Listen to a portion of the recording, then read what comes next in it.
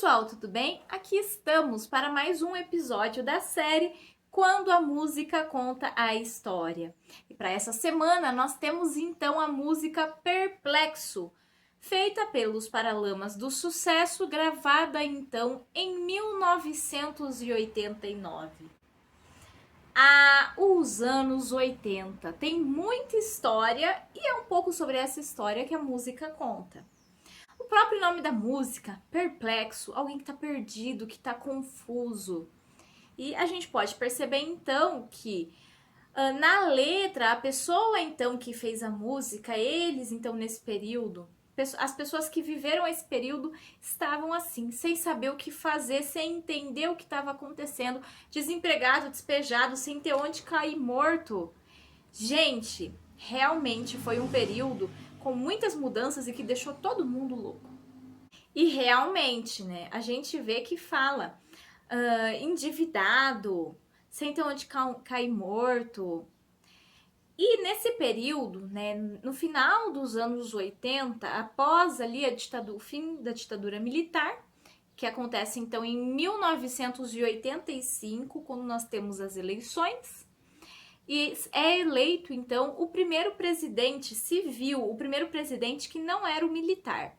Eu já falei um pouco sobre isso no vídeo que eu falei sobre a ditadura militar. Vou deixar aqui no card, espero que hoje não tenha errado o lado.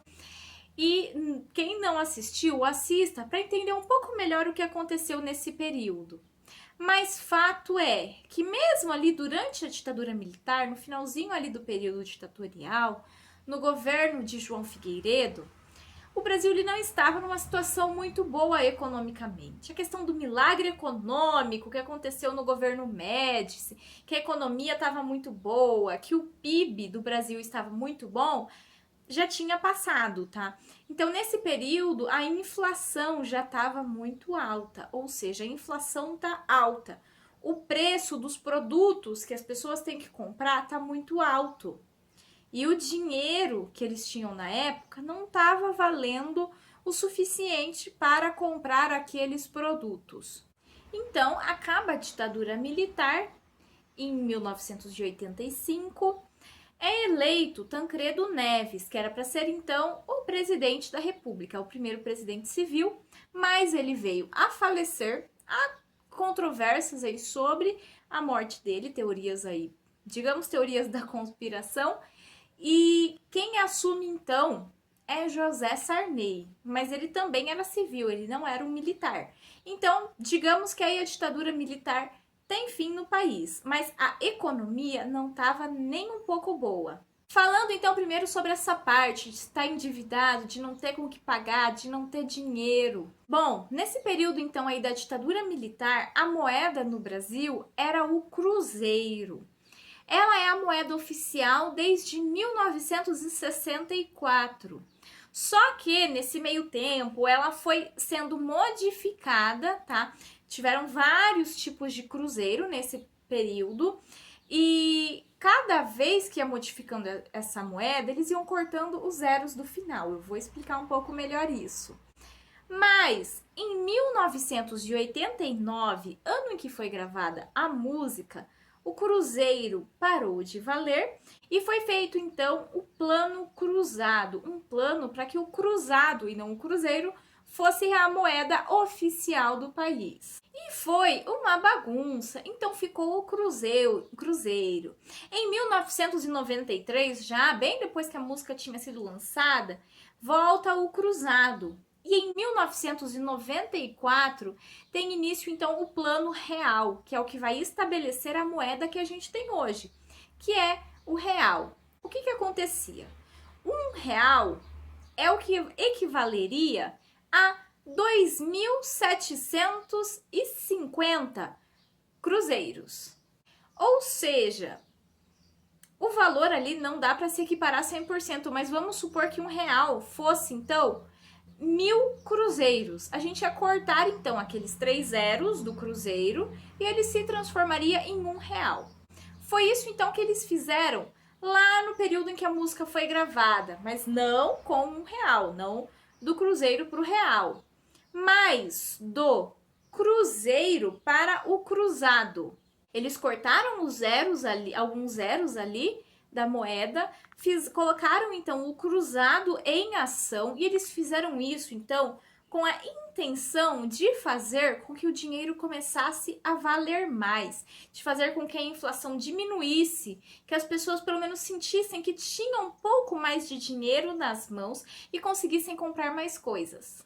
Por isso que na música também fala a frase que a gente vai ver agora: fim da censura do dinheiro, muda nome, corta zero. Então, corta zero e a questão de não ter o dinheiro, de mudar o nome do dinheiro, eles estão falando justamente sobre essa crise econômica que o Brasil passava, então, no final dos anos 80 e dessa mudança do dinheiro. Nessa mesma frase, a gente pode destacar o fim da censura, que foi justamente o que aconteceu com o fim da ditadura militar. A censura à imprensa, às músicas, que a gente viu um pouquinho já nos vídeos, ela vai acabar. As pessoas vão voltar a ter liberdade de expressão, que eram garantidas, então, pela Constituição Civil ou Constituição Cidadã de 1988. Que é a Constituição que vale até hoje. Outra frase também é a questão de nesse país que alguém te disse que era nosso, hahaha. Será mesmo que esse país é nosso? Eles falam isso também porque no período da ditadura militar se tinha então uma visão ufanista, uma visão bem patriótica de que eu amo o Brasil, eu amo o meu país, eu amo a minha nação, eu faço parte dessa nação. E o que tem nessa nação é meu também. E ela também faz referência à frase que Getúlio Vargas disse quando se acharam, então, novos locais para extrair petróleo. Ele disse, o petróleo é nosso. Essa frase, então, essa afirmação vai ficar tão famosa que vai se tornar o slogan, a propaganda da campanha de Vargas. E caiu, então, na graça do povo essa frase. As pessoas viviam falando isso, que o petróleo é nosso, porque é um bem muito valioso aqui no Brasil. E a gente sabe hoje que o petróleo é, então, uma das principais fontes de riqueza do país. E como eu falei, no período da ditadura também tinham frases que falavam muito sobre o futebol também, porque falar Brasil, o país do futebol. Estava tendo a ditadura militar. As coisas estavam boas? Não, não estavam. Então, eles falavam sobre a Copa do Mundo, sobre o futebol, para fazer com que as pessoas esquecessem do que estava acontecendo na ditadura militar. Então, tem a Copa do Mundo de 1970 e eu vou colocar aqui porque eu não lembro. E a frase principal era: pra frente Brasil, salve a seleção. Pra frente Brasil, Brasil, o país que vai pra frente. Enquanto estava acontecendo uma ditadura militar no país. Baita contradição, né? Na última frase da música, eles falam: eu vou lutar, eu vou lutar. Eu sou Maguila, não sou Tyson. Então a gente sabe, Mike Tyson. Tyson a gente sabe quem que é, o lutador norte-americano. Mas e o Maguila? Você sabe quem foi o Maguila? José Adilson Rodrigues dos Santos, ou Adilson Maguila. Ele é, então, considerado um campeão aqui no Brasil. Ele é uma lenda no nosso país. E ele era, então, um lutador de boxe, ou pugilista. E ele venceu inúmeras lutas. A maioria das lutas dele, ele venceu. Porém, ele era o segundo melhor do mundo no ranking mundial dos lutadores. Claro que ele queria ser o primeiro. E quando foi o momento dele se tornar o primeiro no ranking de melhor lutador do mundo, foram e colocaram outra pessoa no lugar dele. Tá errado isso, né? E ele não gostou muito disso, não. Mas ele falou, não, eu vou lutar por isso. Ele quis fazer uma luta, então, fazer a luta para que definisse que ele era o melhor do mundo. Porém, bem nessa luta, que ia falar que ele era o melhor lutador do mundo, ele acabou desmaiando. E então, o pessoal que organiza as lutas decidiu aposentar o Maguila. Só que ele não aceitou essa aposentadoria. Falou, não, tá louco? Você acha que eu vou aposentar? E mesmo assim, ele continuou lutando. E ele lutou, então, até o ano 2000. E ele quase lutou com o Mike Tyson, quando o Tyson saiu da prisão. Só que no fim, na luta que ia decidir se ele ia ou não lutar com o Tyson, Ele deu um deslize lá com a guarda dele, foi atingido e acabou perdendo essa luta. Mas mesmo assim, ele não desistiu. E eu acho então que essa frase que fala que eu vou lutar, eu sou Maguila, não sou Tyson. Maguila, então, ele é um mito aqui no Brasil. E isso quer dizer o quê? Na minha opinião, que brasileiro não desiste nunca. Por mais que esteja difícil, por mais que o Brasil, nesse período principalmente, estava uma bagunça. Estava tudo voltando a entrar nos eixos após esse período da ditadura. Mas o brasileiro, ele não desiste nunca.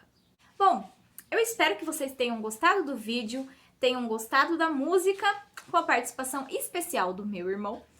Se vocês gostaram do vídeo, não se esquece de clicar em gostei, de compartilhar com seus amigos e se ainda não é inscrito no canal, se inscreva e ative já os sininhos da notificação que vocês me ajudam muito. Fiquem com Deus, boa semana e até semana que vem. Tchau, tchau!